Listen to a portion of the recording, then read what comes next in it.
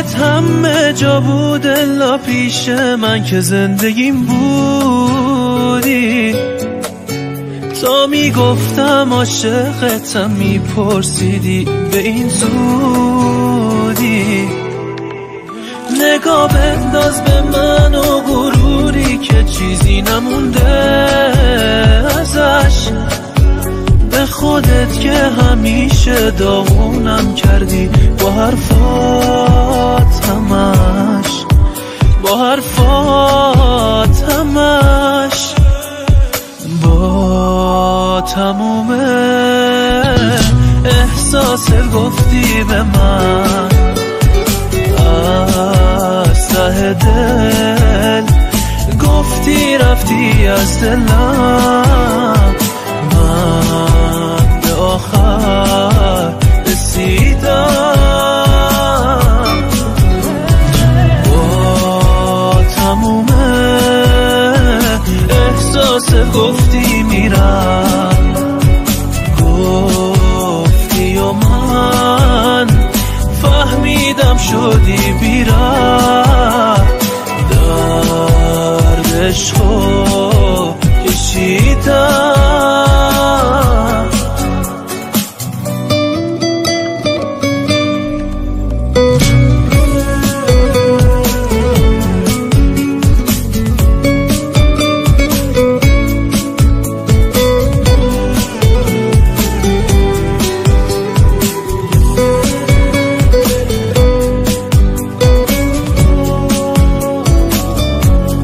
به هر کجا نگاه کنم تو را میبینم.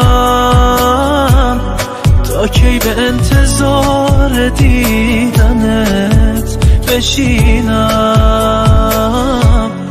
منو فراموش میکنی اما من هرگز دیگه برام عاشقی شد یه خط قرمز.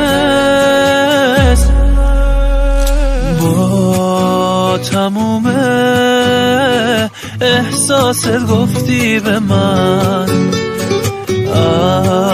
از ته دل، گفتی رفتی از دلم. من به آخر رسیدم.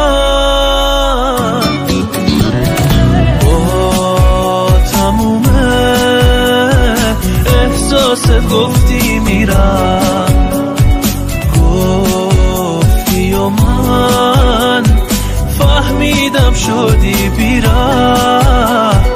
درد عشقو